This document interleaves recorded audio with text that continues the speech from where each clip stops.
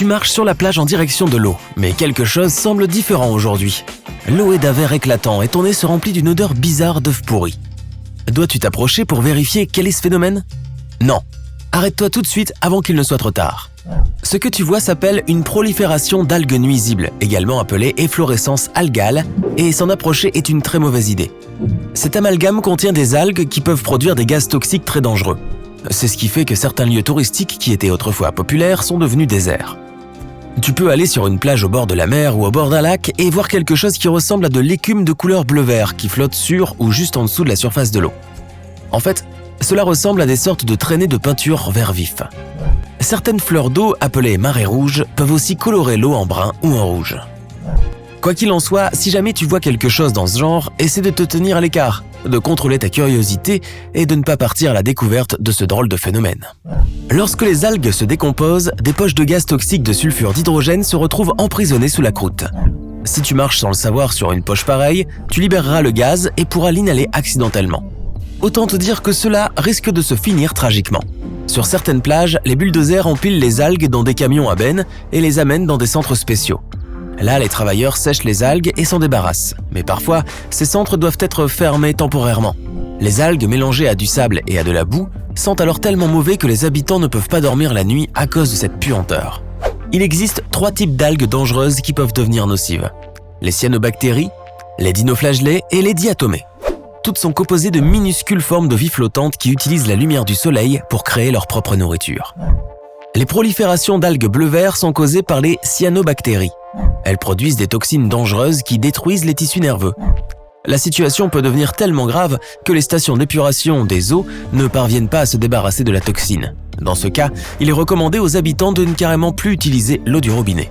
Les dinoflagellés et une sorte de diatomée sont responsables de la création des marées rouges. Elles se produisent principalement dans les baies des océans. Pour qu'une marée rouge se forme, l'eau doit être chaude, salée et riche en nutriments.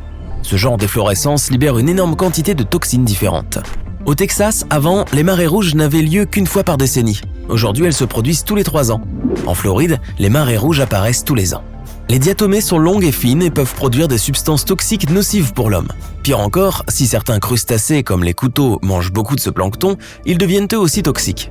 C'est pourquoi les consommer peut mener à une catastrophe. C'est l'une des raisons pour lesquelles on surveille les eaux de la mer. Si les niveaux de toxines deviennent trop élevés, les plages sont fermées pour éviter la récolte des coquillages. Les proliférations d'algues nuisibles peuvent durer de quelques jours à quelques mois. Elles suppriment tout l'oxygène de l'eau et entraînent la disparition de la vie marine. Mais la situation est encore pire lorsque les microbes commencent à décomposer les algues à la fin de cette prolifération. Ils consomment alors encore plus d'oxygène et aucun poisson ne peut plus y survivre. Cela crée d'énormes zones d'eau presque totalement dépourvues d'oxygène et de toute forme de vie végétale ou animale. Les proliférations d'algues nuisibles apparaissent dans les régions où l'eau contient trop de nutriments, et les nutriments les plus courants proviennent de l'agriculture et d'autres industries. De plus, les moussons d'hiver sont devenues plus chaudes et génèrent désormais plus d'humidité. Cela permet aux algues de se rassembler en d'énormes proliférations. Certaines d'entre elles deviennent si énormes que de gros tourbillons verts peuvent carrément être observés depuis l'espace. Mais toutes les proliférations d'algues ne sont pas nuisibles. Certaines d'entre elles ne font qu'ajouter un mauvais goût à l'eau, changer sa couleur ou produire des odeurs dégoûtantes. Malheureusement, tu ne pourras pas distinguer les algues toxiques des algues totalement inoffensives juste en les regardant. Les algues ne sont pas les seuls organismes qui semblent complètement inoffensifs. Voici d'autres habitants marins qu'il ne faut jamais toucher. La méduse Irukandji, qui vit en Australie, semble minuscule et totalement innocente. Mais les apparences sont trompeuses, et ce bébé de la taille d'un ongle humain est en fait mortel. Pendant la saison qui va de novembre à mai, des tonnes de plages sont fermées à cause de ces petites créatures. Ce qui rend les méduses particulièrement dangereuses, c'est leur taille miniature. Tu ne les verras tout simplement pas en nageant. Oups. La pieuvre aux anneaux bleus n'a pas juste l'air parfaitement inoffensive, elle est aussi d'une beauté à couper le souffle. Mais ne te laisse pas tromper par son apparence. Tu ne voudrais surtout pas tomber nez à nez avec cette créature relativement petite de 20 cm de long. Elle transporte suffisamment de venin pour assommer 26 adultes en quelques minutes. Et une fois que l'animal se sent menacé, tu peux probablement deviner le résultat. En même temps, si on ne la dérange pas, cette pieuvre est absolument docile. La fameuse méduse boîte, nommée ainsi en raison de sa forme cubique, vit dans les océans Indien et Pacifique. Reste à l'écart de cette créature qui possède une cloche carrée et de longs tentacules qui pendent. Et même si tu vois un seul tentacule sans méduse ni rien à l'autre bout, ne t'en approche pas et ne le touche pas. La méduse boîte peut grandir jusqu'à 3 mètres et chacun de ses tentacules possède environ 500 000 harpons microscopiques qui lui servent à injecter du venin. Contrairement aux autres méduses, les méduses boîtes sont des chasseuses. Elles peuvent s'accrocher à toi en enroulant leurs minces tentacules autour d'un de tes membres ou de ton corps. Vu le danger que représente leur venin, je te jure que ce ne sera pas une expérience agréable. L'étoile de mer couronne d'épines a reçu logiquement son nom des épines venimeuses qui recouvrent tout son corps. C'est la deuxième étoile de mer au monde en termes de taille. Elle peut mesurer jusqu'à 50 cm de diamètre. Elle se nourrit de coraux et elle mange beaucoup.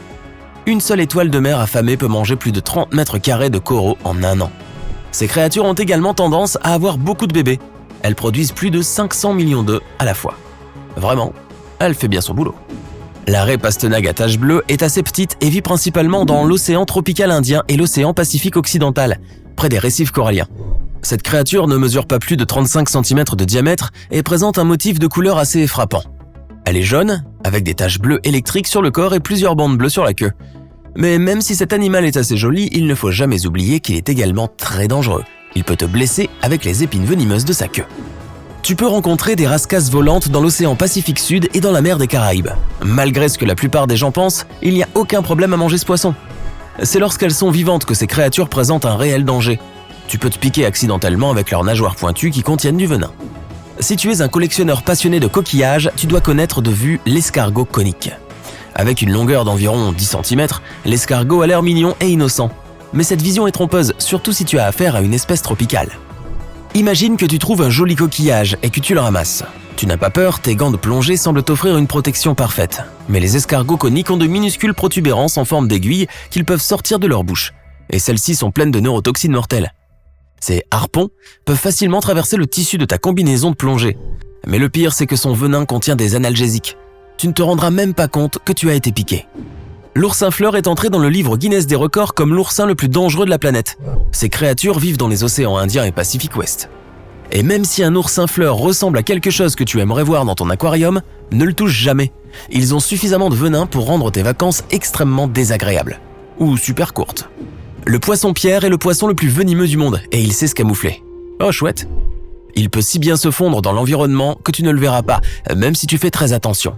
Il est donc très facile de marcher dessus. Une fois que la créature se sent menacée, comme lorsque tu essaies accidentellement de l'écraser, elle déploie les épines venimeuses qui poussent le long de son dos. Plus la pression est forte, plus le poisson produit de venin. La créature reste dangereuse même lorsqu'elle est hors de l'eau. Les aiguilles de mer d'Indonésie ne sont pas venimeuses, n'ont pas de dents acérées et resteront très probablement aussi loin de toi que possible. Le danger réside dans la forme du corps du poisson. Après tout, on ne l'a pas appelé aiguille pour rien. Les aiguilles de mer nagent près de la surface. En cas de danger, elles se lancent hors de l'eau et leur vitesse peut atteindre 60 km/h. Leur longue mâchoire transforme tout simplement ces poissons en lances volantes. Le poisson chirurgien rayé a reçu son nom en raison des épines qui poussent près de la base de sa queue. Lorsqu'un poisson se sent en danger, il bouge la queue et révèle des épines en forme de scalpel. Si tu ne te dépêches pas de partir, tu peux avoir plusieurs vilaines coupures. N'oublie pas que certaines espèces sont aussi venimeuses. Et surtout, passe une excellente journée à la plage.